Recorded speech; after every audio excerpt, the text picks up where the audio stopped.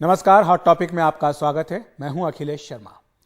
राहुल गांधी की संसद सदस्यता जाने के बाद अब बीजेपी उनकी टिप्पणियों को भी तूल देने में जुट गई है, जिनके चलते उन्हें आपराधिक मानहानि के मामले में 2 साल की सजा हुई।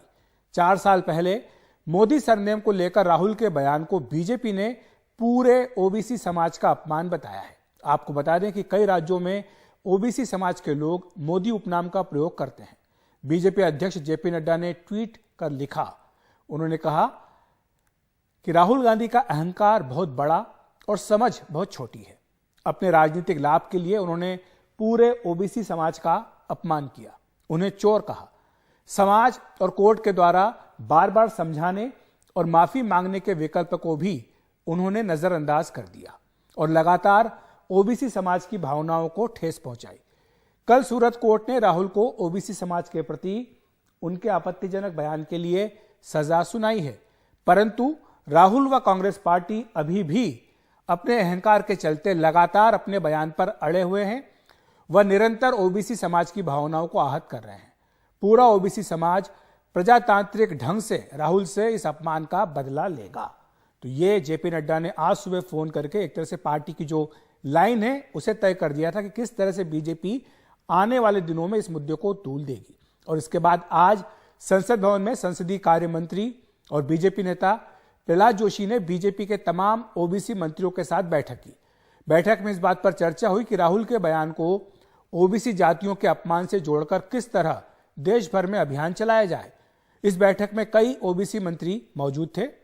इनमें धर्मेंद्र प्रधान, किशनपाल गुर्जर, प्रहलाद पटेल, रामेश्वर तेली और समेत अन्य जो ओबीसी मंत्री हैं सरकार में, वो इसमें मौजूद थे। ये तय किया गया कि देश भर में इस मुद्दे को लेकर अभियान चलाया जाएगा। बाद में धर्मेंद्र प्रधान ने केंद्रीय सूचना प्रसारण मंत्री अनुराग ठाकुर के साथ एक प्रेस कॉन्फ्रेंस की और राहुल पर ओबीसी के अपमान का आरोप लगाया। इस बीच बीजेपी का ओबीसी मोर्चा भी मैदान में कूद गया है। देश भर में 6 अप्रैल से 14 अप्रैल तक अभियान चलाने का फैसला हुआ है। 6 अप्रैल यानी बीजेपी का स्थापना दिवस, 14 अप्रैल यानी बाबा साहब की जयंती, और इस दौरान अभियान चलाया जाएगा पूरे देश में। इसमें 1 लाख घरों और 1 करोड़ लोगों तक पहुंचने का बीजेपी ने लक्ष्य रखा है।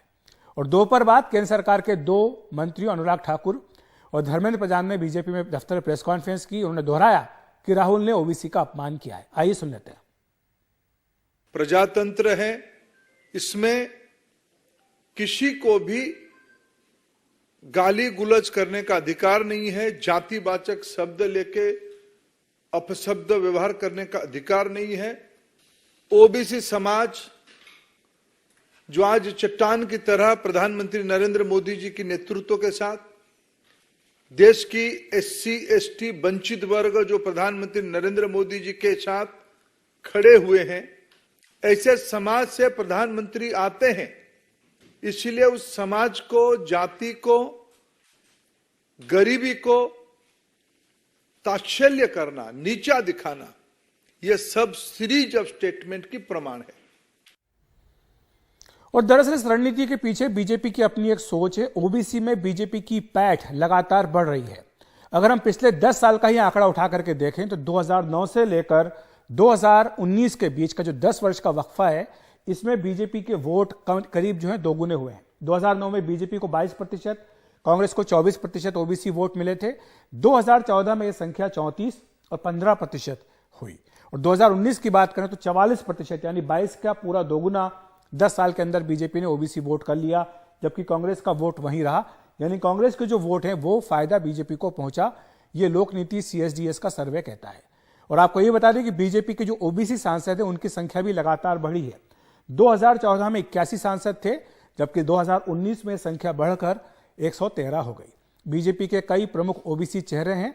नरेंद्र मोदी खुद प्रधानमंत्री, वो सबसे बड़ा चेहरा बीजेपी का।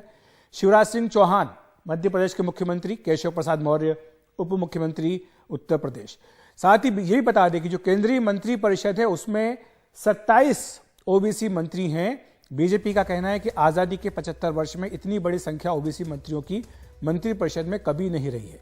इनमें 5 कैबिनेट मंत्री हैं और साथ ही यादव, जाट, गुर्जर, ठाकुर, लोध, इन तमाम ओबीसी जातियों को प्रतिनिधित्व दिया गया है मोदी मंत्रिमंडल में। इसके अलावा बीजेपी का जो संसदीय बोर्ड है उसमें 11 सदस्य होते हैं, सबसे बड़ा हाईएस्ट डिसीजन मेकिंग बॉडी है। उसमें 3 ओबीसी नेता हैं, सुधा यादव हैं, के लक्ष्मणन हैं और पीएम मोदी हैं। तो इस तरह से बीजेपी कहती है कि वो ओबीसी को लगातार रिप्रेजेंटेशन दे रही है। तो जो अब ओबीसी कार्ड चल रही है राहुल की टिप्पणियों पर, उसका क्या असर होगा, चर्चा करने के लिए हमारे साथ जुड़ रहे हैं प्रोफेसर रविकांत, राजनीतिक विश्लेषक। आपका बहुत बहुत स्वागत है एनडीटीवी इंडिया पर। मैं आपसे यही समझना चाहूंगा सबसे पहले कि आपको क्या लगता है, आपका आकलन क्या है कि बीजेपी के जो वोट हैं पिछले 10 साल में, 2 लोकसभा चुनाव में, 2 विधानसभा चुनाव में यूपी में, क्या इस बहाने बीजेपी उनको कंसोलिडेट कर सकती है? क्योंकि हम ये देख रहे हैं कि इसमें पैठ लगाने की, इसको तोड़ने की कोशिश चाहे सपा हो यूपी में या बिहार में आरजेडी हो, वो लगातार कर रहे हैं। और रामचरितमानस का जो पूरा विवाद हुआ था उसको भी इसी से जोड़कर देखा गया था।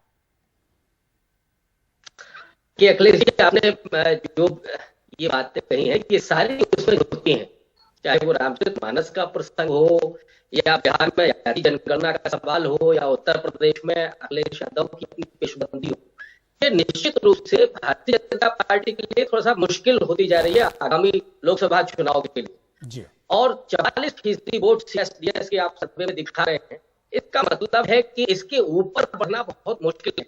और पिछले 8-9 साल में जो हुआ है, खास करके लेटरल एंट्री के जरिए जो आईएएस की वहां पे भागीदारी हुई है, सवर्णों की ओबीसी वहां गायब हुआ और पूरे देश में जो हायर एजुकेशन है वहां पे ओबीसी की भागीदारी बेहद कम हुई है। शिक्षण संस्थानों में ओबीसी के अधिकारों को एक तरह से कम किया गया है। और इसके अलावा ये जो कैबिनेट में नाम है या सांसदों की संख्या जो दिखाई जा रही है, लेकिन जो नीतियां हैं, जो मुद्दे हैं और ओबीसी के अपने अधिकारों, आपकी आवाज हमें लगातार टूट करके मिल रही रविकांत जी, हम इसको ठीक करने का प्रयास करेंगे। लेकिन जो बात आप कह रहे हैं मुझे जो समझ में आ रहा है वो यही कहना चाहते हैं कि जो चुनौती है बीजेपी के सामने वो काफी बड़ी है, क्योंकि 44% वोट उनके हैं, तो इसको आगे ले जाना काफी मुश्किल होगा। अगर आपका वॉल्यूम, अगर ऑडियो ठीक हो गया हो तो आप अपनी बात पूरी कर सकते हैं। डेफिनेटली के ऊपर तो बीजेपी को वोट हासिल करना ओबीसी का बहुत कठिन है।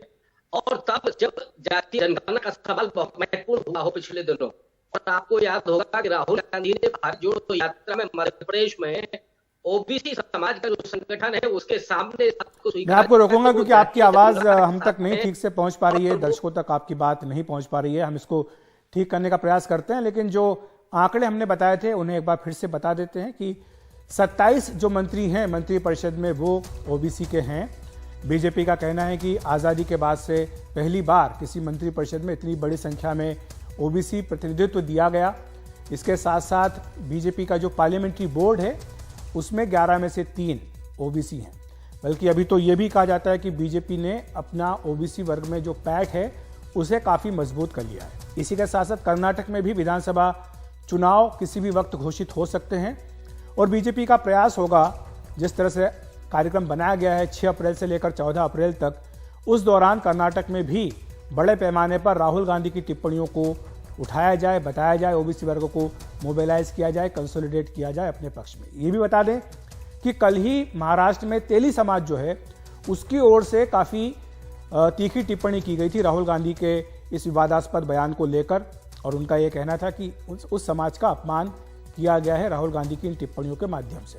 लेकिन दूसरी जो पार्टियां हैं, चाहे वो सपा हो चाहे आरजेडी हो, वो कोशिश कर रही हैं कि जो बीजेपी का अपना एक गैर यादव ओबीसी वोट बैंक बना है उसे तोड़ा जाए। और आपको ये बता दें कि बीजेपी की जो रणनीति रही थी यूपी में, बिहार में, वो ये थी कि जो छोटी छोटी जातियों की पार्टियां थीं उन्हें बीजेपी ने अपने साथ जोड़ा था। एक तरह का इंद्रधनुषी गठबंधन बीजेपी ने इन 2 राज्यों में बनाकर ओबीसी वर्ग में अपनी पैठ बढ़ाई थी। खुद पीएम मोदी ओबीसी समाज से आते हैं, चुनाव के दौरान भी वो इस बात का जिक्र कर चुके हैं। तो इस लिहाज से बीजेपी का सबसे बड़ा चेहरा नरेंद्र मोदी खुद ओबीसी हैं और इसीलिए ये जो पूरा विवाद है इसको लेकर के अब राहुल गांधी के खिलाफ बीजेपी ने मोर्चा खोल दिया है। तो ये तस्वीर आप देख सकते हैं, बीजेपी के प्रमुख ओबीसी चेहरे हैं, पीएम मोदी खुद हैं, मध्य प्रदेश के मुख्यमंत्री शिवराज सिंह चौहान हैं, साथ ही उत्तर प्रदेश के उप मुख्यमंत्री केशव प्रसाद मौर्य भी हैं।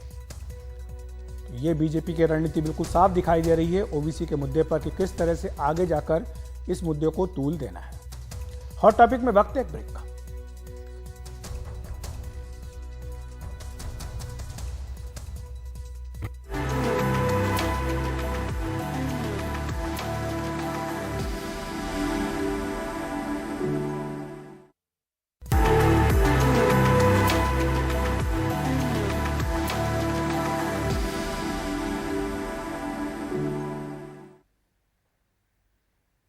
प्रधानमंत्री नरेंद्र मोदी ने आज अपने संसदीय क्षेत्र वाराणसी को करीब 1800 करोड़ की योजनाओं की सौगात दी। इनमें जन सुविधाओं से जुड़ी 28 विकास परियोजनाओं का उद्घाटन और शिलान्यास शामिल है। इस दौरान पीएम मोदी देश के पहले सार्वजनिक परिवहन रोपवे की आधारशिला भी रखी। इस रोपवे के बनने से काशी विश्वनाथ जाने वाले श्रद्धालुओं को सुविधा मिलेगी। आज सबसे पहले पीएम मोदी रुद्राक्ष कन्वेंशन सेंटर में वन वर्ल्ड टीबी समिट में भी शामिल हुए। और आस्था का अनूठा सामंजस्य एक महत्वपूर्ण ये बनारसी साड़ी, कालीन का काम, इन सब के लिए हर महीने 50 लाख से ज्यादा लोग बनारस आ रहे हैं। महादेव के आशीर्वाद से ये बहुत बड़ा काम हुआ है।